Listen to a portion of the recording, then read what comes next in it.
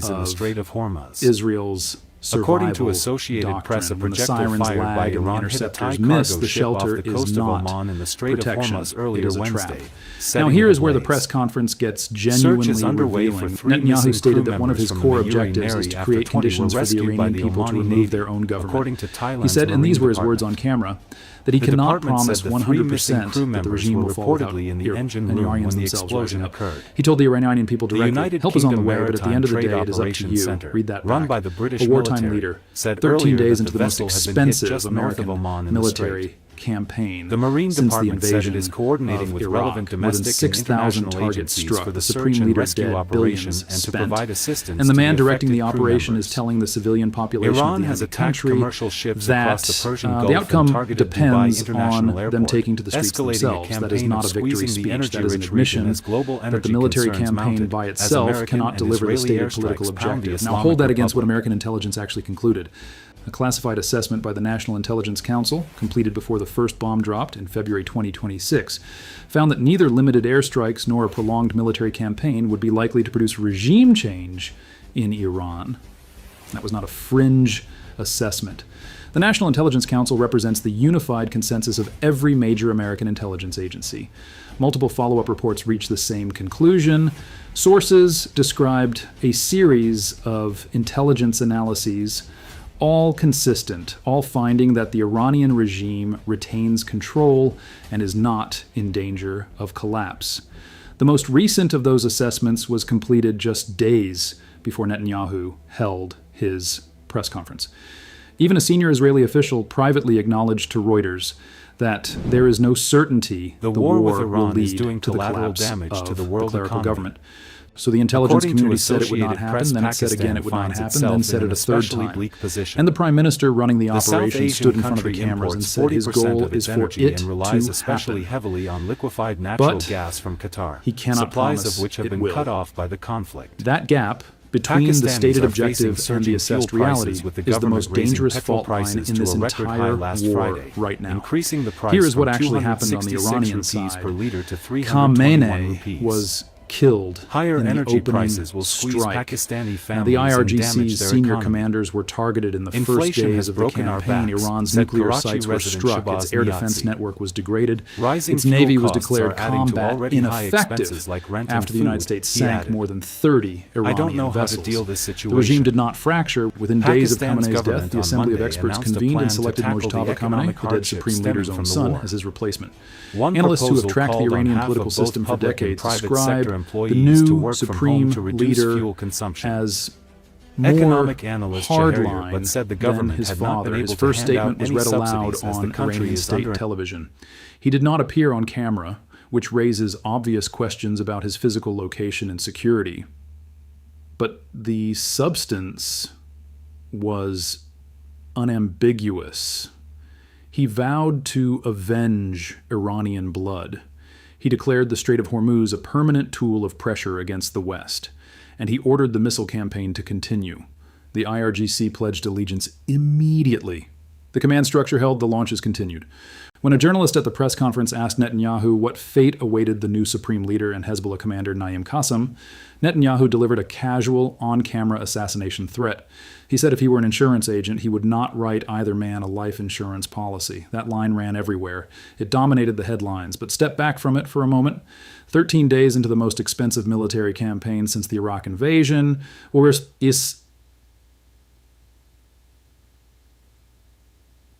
with the original Supreme Leader dead, billions spent, thousands of sorties flown, the leader conducting the operation is still making personal threats against the two figures whose removal was the entire point of the campaign.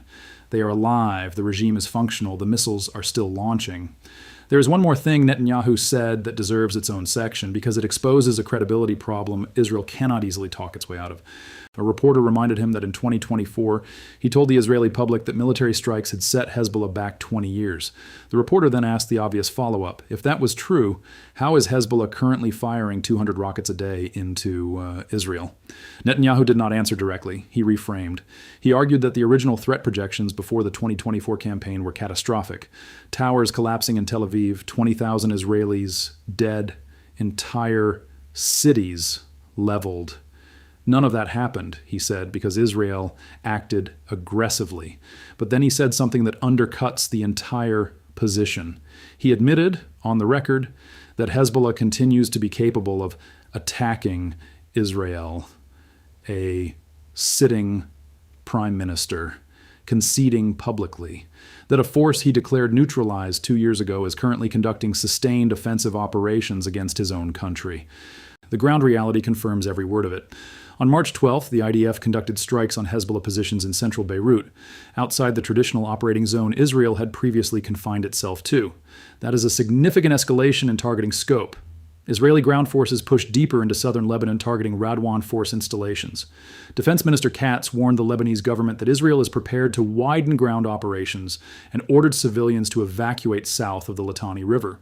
Senior Israeli defense officials privately told journalists that Hezbollah still holds a large inventory of launchers and is planning to grind the IDF down over an extended timeline. Israel is now locked in a two-front war. No defined endpoint for either theater. No timeline for either resolution. And a prime minister who is publicly admitting that a force he declared finished 2 years ago is still fully operational. Here's the math that ties all of this together. The Strait of Hormuz has been effectively closed for nearly 2 weeks. The IRGC declared no oil would pass through and threatened to strike any vessel attempting the crossing. 16 separate attacks on commercial shipping have been documented since the war began. 8 seafarers are dead. 1 is missing. Around 150 vessels are anchored outside the strait rather than risk it. Iran planted mines in the waterway. The U.S. military confirmed it destroyed 16 Iranian mine-laying vessels. But the mines already laid are still there. Destroying the ships that laid them is not the same as clearing what they left behind. Brent crude went from approximately $73 a barrel before the war to over $115 within the first 10 days. American gasoline prices have climbed 17%. The International Energy Agency coordinated the largest emergency reserve release in its history, 400 million barrels across 32 member nations, and the price is still well above $100. Qatar, which supplies a significant share of Europe's liquefied natural gas, had to shut down its 2 largest production facilities after Iranian strikes hit them directly. European natural gas futures jumped roughly 30% in a single session. The Pentagon confirmed to the Senate Armed Services Committee that the first 6 days of American operations alone cost over $11.3 billion. That makes this the most expensive American military engagement since the opening phase of the Iraq War. 7 American service members have been killed across the region, more than 140 wounded. Iran has struck at least 27 locations hosting U.S. military personnel. Inside Iran, the Iranian Red Crescent reported nearly 800 civilians killed. Human rights organizations put the actual figure above 2,400. 31 major hospitals have been damaged. 12 are completely non-functional. A girls' school in the southern city of Manab was struck during the campaign. Reuters reported investigators believed U.S. forces were likely responsible. The Pentagon says the case is under investigation. In Lebanon, 687 people have been killed since Israel expanded its campaign. 98 of them were children. There is a dimension to this war that is almost never discussed directly, and it matters enormously for understanding why Netanyahu is still fighting and what he actually needs from this conflict. A poll released while the press conference was still happening showed him losing seats in projected Israeli election outcomes. He launched this campaign partly as a political calculation. Israeli elections could come as early as June or July 2026. The theory was that a swift, decisive military victory would consolidate public support and carry him back into office from a position of strength. That calculation is not materializing. His corruption trial continues to run. Israel's Pardons Department completed a formal review of his pardon request and concluded it does not meet the legal criteria. And the man he has built his political survival around, Donald Trump, publicly called Israeli President Isaac Herzog weak, pathetic, and a disgrace for not issuing that pardon. Netanyahu refused to push back on camera. He said Trump can say whatever he wants. He described their relationship as a 100-fold stronger than anything between previous leaders. But Trump has also told reporters he wants this war finished soon. He said the question now is simply, when do we stop? Netanyahu needs this conflict to run long enough to reach Election Day from a position of strength and stay out of a courtroom in the meantime. Trump needs it finished quickly enough to claim a win before the political cost of oil prices and American casualties becomes too large to absorb. Their strategic clocks are running in opposite directions. And that gap between what Netanyahu needs from this war and what Trump needs from it is growing wider every day that Iran keeps launching. Here is where this war actually stands. 13 days in, Iran is still firing ballistic missiles at Israel, 6 salvos on the same day Netanyahu held his press conference. The stated objective was the fall of the Iranian government. The government is still standing, has a new supreme leader, and is issuing orders. American intelligence assessed before the first strike that this outcome was likely. Multiple follow-up assessments said the same thing. Hezbollah is firing 200 rockets a day from Lebanon. A force Netanyahu publicly declared neutralized in 2024. The Strait of Hormuz is mined and closed. Oil is above $100. 7 Americans are dead. The campaign has cost over $11 billion in under a week. And the prime minister steering all of it held his first press conference on a video call and while missiles were inbound, and admitted live on camera that he cannot guarantee the regime will fall without the Iranian people doing it themselves. The stated objective was regime change through military force. The intelligence said it would not work. Netanyahu just confirmed in his own words that it has not worked. Neither side has defined what the end of this war looks like.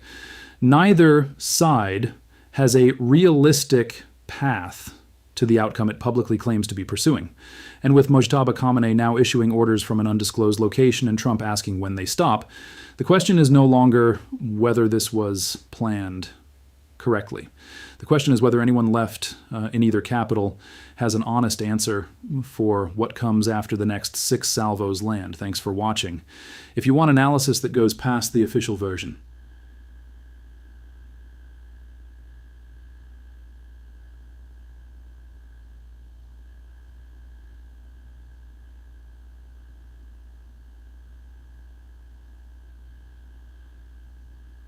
and turn on notifications.